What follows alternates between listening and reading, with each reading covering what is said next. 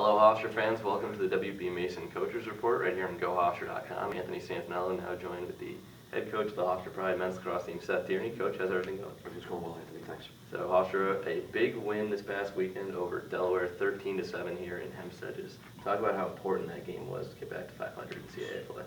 Important. It is a challenging setup.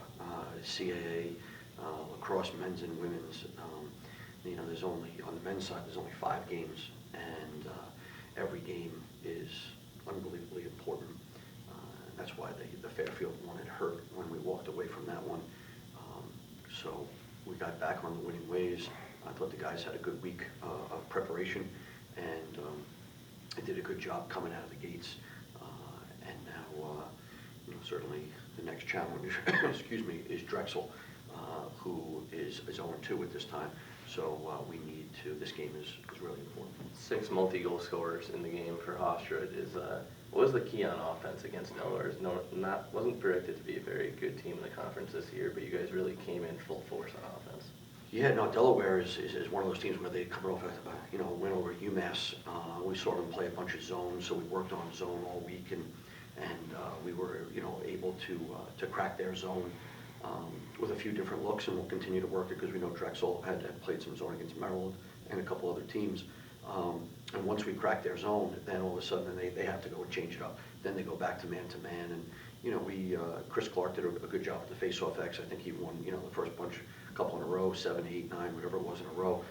He got dinged up a little bit, so we don't know what his status is for this weekend just yet. We'll figure that out. So we were able to get time of possession.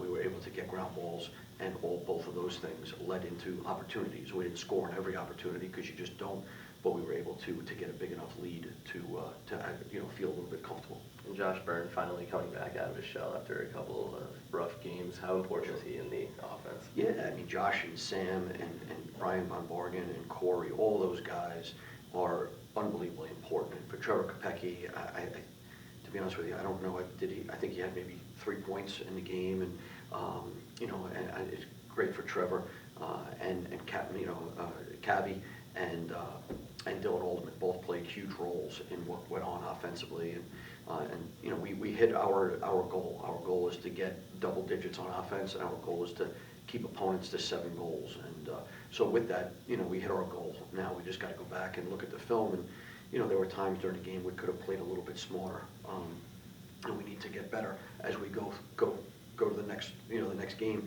because the next game is just more important and more important. That's the time of the year we're in. And Hofstra 6-0 this year when scoring double digits, obviously, as you just mentioned. When you go into a game and you see the different preparation in teams, what prevents you from getting double digits some games, and then what just gives you reasons to explore? Sometimes it's you, and sometimes it's them, and sometimes it's a combination of both. People have a bad day shooting. In every sport, you just have a bad day of whatever it is. And you hope to not have those bad days on Saturdays, or when you're wearing the game uniforms, you hope those bad days are during the week. So we've had a couple of those, and people have certainly adjusted to what's going on, and that's why it becomes really important for Sam when he's rolling to continue him to roll, because that might not be a great day for someone else. And when we have 4 primary guys that play an awful lot, and then Trevor and Cabby and Dylan Alderman, those 3 guys are going to need to play big roles as well. So again, we don't put the ball in one guy's hands. This is not a sport that you can do that, because you can easily get that taken away.